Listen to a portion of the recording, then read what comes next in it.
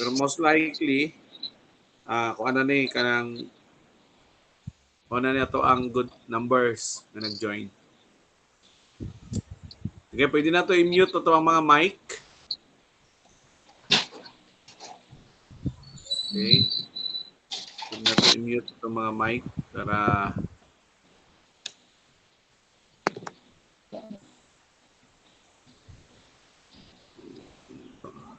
sige. Good noon everyone. Maayong udto sa tanan. Na naka-open cam, katong mga naka-open cam, dahil kong thumbs up ha kung madungog ko ninyo. Thumbs up kung madungog ko ninyo, thumbs up sa mga naka-open cam kay kurag dili ko kuan sa ko ang laptop kung madunggan ba ko. Thumbs up lang kung naay voice. Okay, thank you. Thank you Ate Juliet, Ninang Yuning, sila lang naka-open cam, the rest kuan lang naka off cam pero kabalo ko naka-on na to ang mga kuan mga ears sa pagdungog sa Word of God. Sige, let's pray. Let's pray to start our word and prayer this morning. Let's pray. Lord, we just want to thank you, Lord God, for this great day that you have given to us. Thank you, Lord God, na nakasurvive kami sa one day. Pag nasayod kami, Lord God, nga kaya na mo i-survive ang 3 days tungod kay kauban ka na mo, Lord God. We thank you, Lord, for giving us good health. Thank you, Lord God, nga imong ginapungan ang among appetite. Patok, Lord God, sa mga butang nga gibawa, Lord God, alang kanamo aron makapadayon ang amo ang prayer and fasting. And we thank you, Lord God, nga ikaw yun ang Diyos, Lord God, nga nagalihok sa matag kinabuhi sa imong mga kanakan. Even sa among mga working people, sa amo ang mga students, sa amo ang mga leaders. We thank you, Lord God, nga ikaw kanunay, Lord, nga ga-bless Ginoo sa matag usa.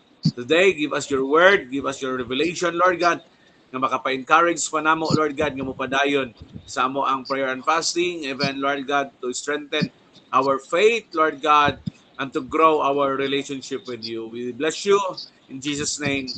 Amen. Amen. Amen. Amen. Our word for today will be found in the book of kahapon Judges ta. Okay?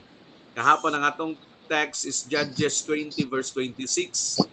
Naghisgot mahitungod sa guidance sa Ginoo, pray naman sila, nagsik naman sila sa presence ni Lord, nangita naman sila sa presence sa Ginoo, pero gidungagan nila fasting. So pagdugang nila sa fasting, ang nahitabo, ihatagan sila sa Ginoo sa iyahang guidance, sa iyang giya. Ihatagan sila sa Ginoo sa plano sa Ginoo kung unsaon pagpildi sa Benjamites. So, during the moment nga nag-pray lang sila o nag-seek sa presence ni Lord, okay naman gyud unta to kay ipasaligan man sila sa Ginoo nga modaog sila. Giingnan man sila sa Ginoo nga go and fight and win the battle. Pero nanong during the moment nga nakig-away sila, pildi man sila. Daghan man sila nangamatay. Pero when they fasted, sa ilang gidungagan sa fasting, gipakita sa Ginoo ang iyahang plano, gi-vision out sa Ginoo sa ilaha kung sa mahitabo, mo nang nindot kaayo nga naka-join ka sa ato ang prayer and fasting. Kahibalo ko, the Lord already guide us sa ato ang mga pagabuhaton for this whole year of 2025. Sa mga estudyante, gihatagan na kagiya sa Ginoo, unsa nga kurso ang imong kuhaon, asa ka nga school, mag-eskwela, dili na kinahanglan magsigi kag dira siguro kong eskwelahan, diri siguro kong eskwelahan, diri mao siguro ni akong kurso. No, dili na kinahanglan di na kinahanglan magtawag ani mag-doubt or maghunahunag sa paimuhang desisyonan. But when you have the guidance from the Lord, kahibalo na kag unsang kurso imong kwaon asa kang eskwelahan, mo eskwela because the Lord already give you His plan and guide you to achieve that plan nga gihatag sa Ginoo alang kanimo. So alang sa tanan, the next karon nga adlaw ang text will be found in the Ezra. Okay? Sa Old Testament gihapon ta ha. So from kung gikan ka sa Old Testament, gahapon Judges ta, nya dagan ta gikan sa Judges, is Ruth, First and Second Samuel, First and King, Chronicles, Ezra. Paman sa Chronicles, Ezra. Okay, so dito sa Old Testament, chapter 8, ato ning tanawon ang gihimo sa Ginoo sa kinabuhi ni Ezra, because during this moment si Ezra na siya journey. Okay? Kini nga panahon si Ezra mo langyaw sila or mo biyahe kaha sila, mo travel sila going to Jerusalem. Unya kanang ilahang pag-travel padulong sa Jerusalem dili basta-basta kay kung imong tan-awon kung diri pa sa tong lugar daghan kayong checkpoint nga imong agian nga di ka sure kung kana nga checkpoint either sa military ba or sa mga kaigsuonan nato nga mga kaliwa, mga NPA or sa mga tawag na to ani mga MI ba. So di ka sure kung unsa nga mga checkpoint ang mupara sa imuha. Mao ni nahitabo sa ila Ezra. Sila Ezra, they are going to journey from their place going to Jerusalem. Unya wala sila'y kakayahan to fight sa mga tao nga makigharang sa ilaha, makiglaban sa ilaha. So ang ilang gihimo, mga kaigsunan, mao ni nahitabo. Sugod sa verse 15. Namoy Bible dira sa inyo ha, tapad ninyo or you can open your Bible, pwede niyo sundan. I assembled the exiles at the Ahava Canal and we camped there for 3 days. Tulo ka adlaw daw sila dito nagpwesto. Unya, while I went over the list of the people and the priests who had arrived, wala sila'y kauban nga mga sa kuan pa, wala sila'y kauban nga mga leader, wala sila'y kauban nga mga Levites, mga pari, mga kaigsunan. So, nakuan si Ezra, anong wala sila'y kauban? So, ang gihimo ni Ezra mao ni, since verse 18, since the gracious hands of our God was on us, iyang gipanganlan, gipadal-an sila kaning leader nga muuban sa ilaha or pari nga muuban sa ilaha. Ang nahitabo nun ani, kay sa diyang na sila ditong dapita, okay, nga nakita nila ning mga tawhana, si Ezra, nagkuman si Ezra, okay, daraop, verse 21. Ingon ang verse 21, and there by the Ahava Canal, I have ordered for all of us to fast, okay, paminaw ha, to fast, para mag-fasting. Ikaduha, to humble ourselves, pagpaubos sa atong kaugalingon. Ikatulo, okay, before God, and pray, okay, o mag-ampo. So, okay, so gahapon, ang nahitabo gahapon, kay sa book of Judges, okay, nga ang mga Israelites naging away sa Benjamites, ang ilang himo nagkuan sila, nagpray, unya nangita sa presence ni God, unya nagfasting. Karon na pud kay Ezra, ang gihimo ni Ezra kay wala siya kabalo sa ilang unahan, sa ilang pagpanaw unsay mahitabo, ang gihimo ni Ezra, he commanded iya ang gisugo ang tanan nga kauban niya nga mag-fasting, mag-humble sa kaugalingon ug mag-ampo. Timan brothers and sisters, nga naa karon sa ato ang prayer and fasting nga gathering sa atong group, paminaw mo. We are journey this 2025 nga wa ta kabalo unsay dangatan sa atong kinabuhi. Kay buratag si Ezra nga mo panaw padulok sa Jerusalem, nga wa siya nasayod kung unsay mga butang, unsang mga tawhana, unsang mga grupuhan nga moharang sa ilahang pagpanaw.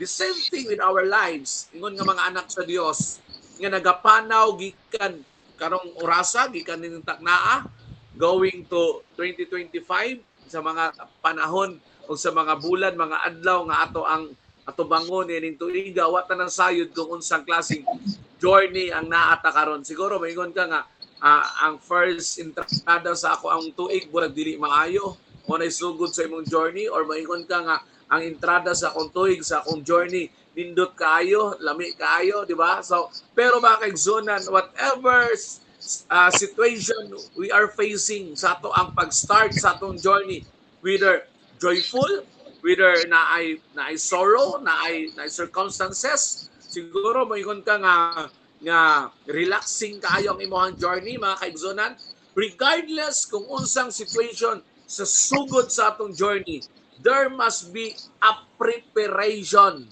na atong buhaton going through aron atong maabot, aron atong malakangan ang matag adlaw o matag bulan sa atong kinabuhi. Mo nang ingon si Israel, okay, let's fast, mag-fasting ta. Okay? Let's fast, then let's humble ourselves and let's pray. Tulo ang gihimo ni Israel para sa iya mga katawhan. Okay, sunod. Mao ni karon. Ang ilahang pag-ampo, nindot kayo sa verse 21. And there at the Ahaba Canal, I have ordered for all of us to fast and humble ourselves before God. We pray that He would give us safe journey. Nindot kayo no. Nag-fasting sila, nagpaubos sila kaugalingon. O nag-ampo sila nga sa ilahang pagpanaw, hatagan sila sa Ginoo og safety. Okay, kung available ka, you can say safety para sa imong kaugalingon. Mo na nga ito kikinahanglan safety mga kaigsunan. Kabalo mo nga, ang nahitabo karon sa to ang palibot, dili na safe. Isag asa ka mo adto, maingon gyud mga tao, dili na safe ang atong lugar. Mga bata, mga wala, mga butang, mga wala. Okay, mga tao karon exposed na kayo sa scene. Natural na lang kayo ang mag-adik-adik sa kanto, yusi-yusi, maghubog-hubog bisag asa, natural na lang kayo ba? Natural na lang kayo nga talikod ka, donggabon kang kalit, posilon ka, wala na ikuan, wala na gikahadlok ka ng mga tao karong tawhana. Pero ingon si Ezra, let's pray that we would have a safe journey. Gikan sa pag-fasting, pagpaubos sa kagalingon, pag-ampo, ang ilahang main concern nganong ila ning gihimo, nganong nag-fast sila, nganong nag-pray sila, nganong nag-humble sila kagalingon, aron makabatud og safe journey.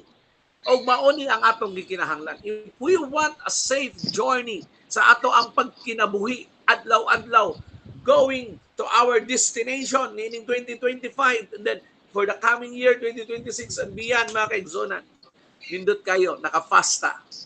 We humble ourselves before God and we pray. Ano ang nindot mga kaigsunan? Safe journey. That we want safe journey and protect us. Nindot kayo safety o protection nga gikan sa Ginoo. Our children atong mga kabataan ingon si Israel para bantayan sa Ginoo kita atong mga kabataan and our goods as we travel. Unsa man ang goods? Okay, og atong mga property, atong mga kabtahangan, unsay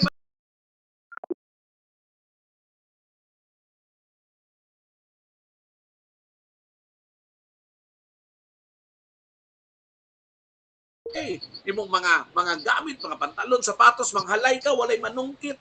No, imong tindahan, mangutang, walay muskam. So, the Lord will always protect mga kaigsunan. Mao ni ang nindot kayo when we fast, when we humble ourselves and we pray, mga kaigsunan, the Lord will give us safe journey. The Lord will protect us, and not only us, even our family, and not only our family, even our goods, even our property. Mga kaigsunan, the Lord will protect us. Mao day ni ang fasting. Mao day nindot kayo kung maka-prayer and fasting ka kay the Lord will always protect us, mga kaigsunan. No. Dili man gyud malikayan nga mayon ka nga naay mga unwanted circumstances during our journey.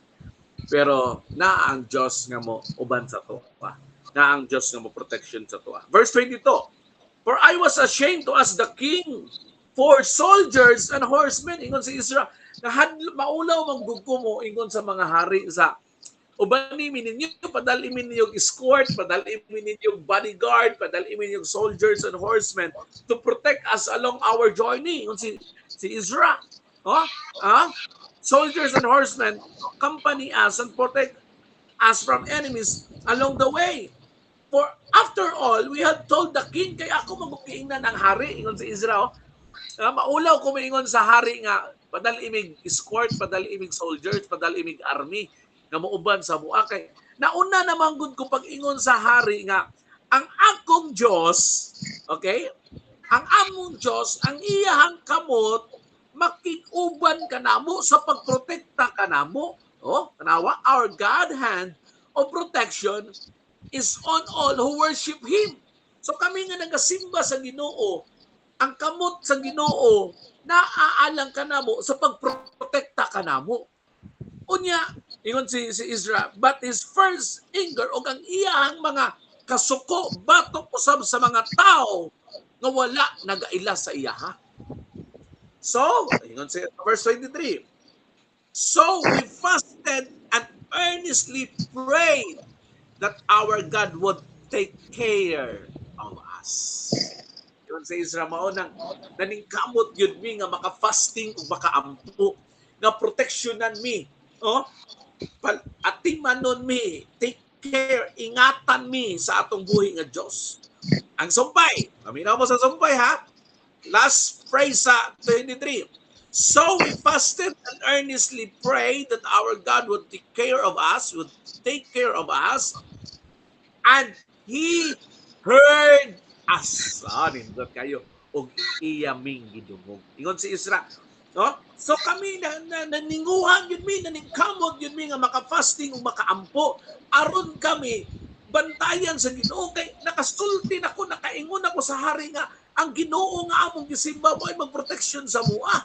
Di na ka pwede mo padala sa mo. Ayaw na mi padali og escort. Ayaw na mi padali og kanang mga chariots, mga horsemen, mga soldiers kay ang Diyos nga among gisimba mo protection sa mua. Unya mao na karon ang nasauna-huna ni Israel nga ang Diyos nga among gisimba mo protection sa mua. So how to get that protection? Unsaon man nga makuha ni Israel ang iyang gitinguha nga protection? Ingon dayon siya, we earnestly prayed and fasted. Nagfasting mi, unya nagampo pag yun mi, nga ang Ginoo mo oy mo protection. Atiman mo cover ka namo sa iyang hamili nga dugo. Ang pinakanindot, and He heard our prayer. O gidungog sa Ginoo ang among pangampo. Brothers and sisters, today kahibalo ko nga wata nasayod sa ato ang journey in 2025. Ang uban siguro nakasinati na og mga bagyo, mga balod sa kinabuhi ini nga journey. Pero doesn't mean nga mauna na hangtod sa hangtod. Tungod kay miagi kag balod sa kadagatan, wa nay linaw, no. Ang balod ba kay zonan panahon ra moagi ra gina sa kinabuhi. Nining kabuntagon or nining kautuhon, I want to challenge every one of us as we pray that butangan natong duot gamay ang atong mga pag-ampo sa Ginoo. Let's pray earnestly to the Lord. Lord, maninguha gyud mi Ginoo nga ning tuiga you will take care of us. Imo ming atimanon, imo ming ubanan, imo ming proteksyonan not only us but even our family. Dili lang ato ang immediate family pero ang family cycle nga naata mga kaigsunan, and also our ministry nga gipiyal sa Ginoo. And not only that, even our goods, even our properties, our jobs, our businesses, the Lord will take care.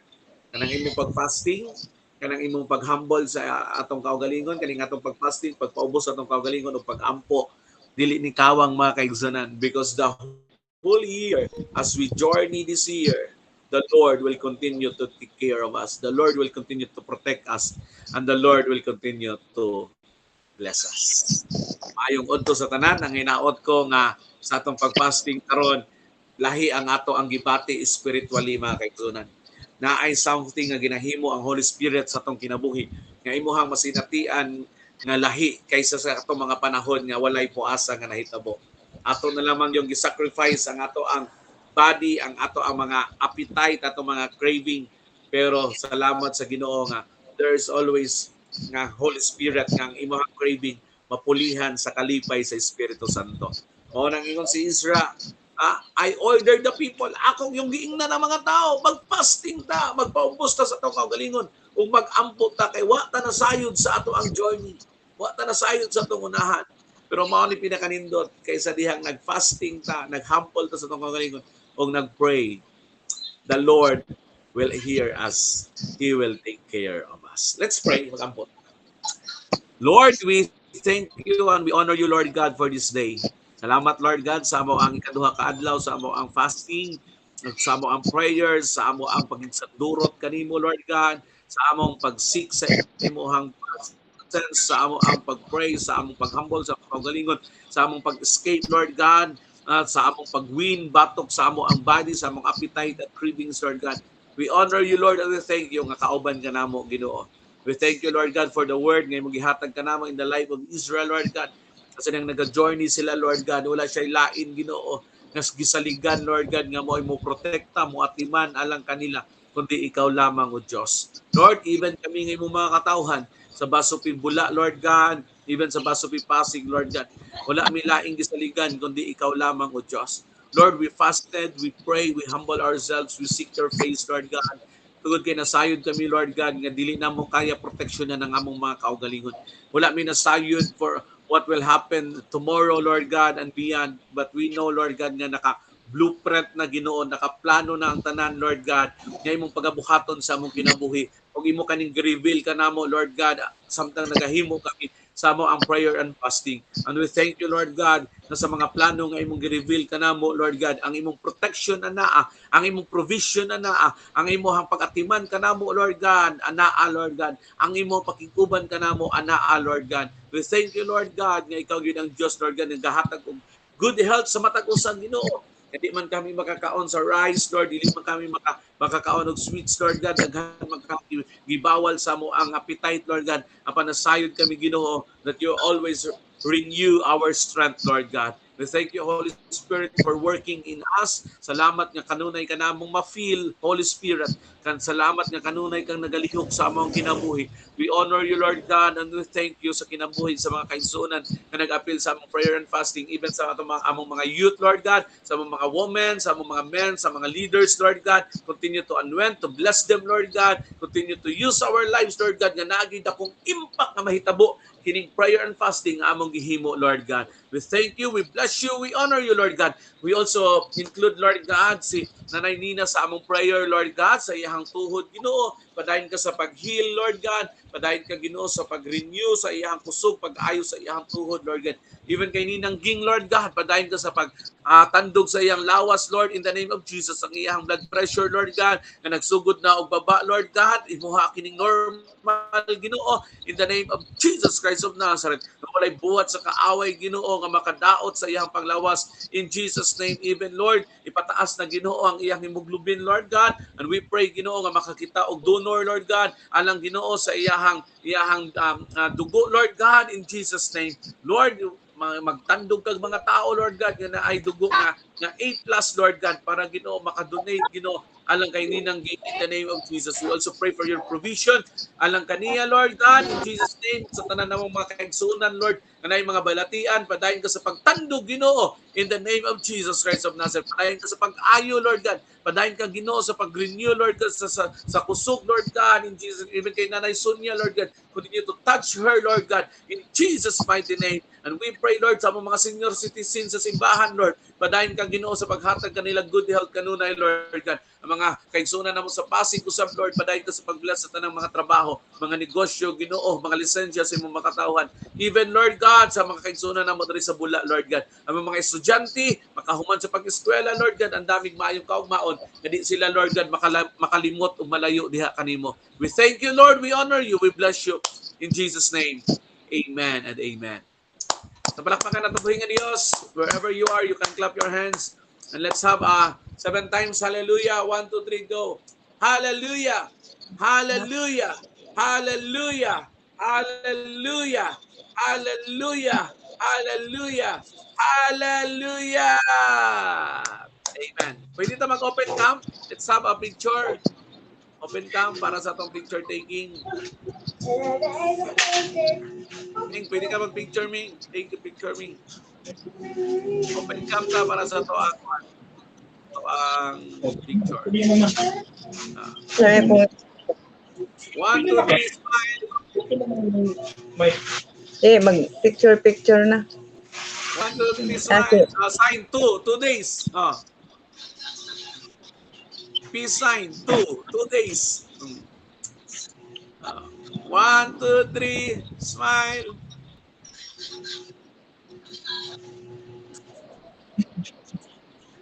Di lang na ako ipakita akong pangag.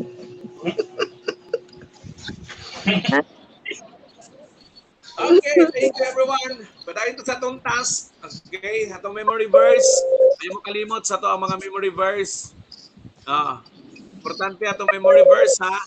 Then ugma sa atong dawn prayer sa maka-appeal nga mga naka-fasting, dalan ninyo inyong notebook sa ato ang Devo sa pipila ka daw starting gahapon ug karon, then ato ang purpose why we join our fasting, anong nag-fasting ka, sa imong purpose, sa imong personal purpose niya, ato ang mga memory verse. Okay, so God bless everyone. Bye-bye. Bye-bye. Bye-bye, Bikel. Bye-bye, Bikel. Bye-bye. Bye-bye everyone. Bye-bye. Thank you. Thank you.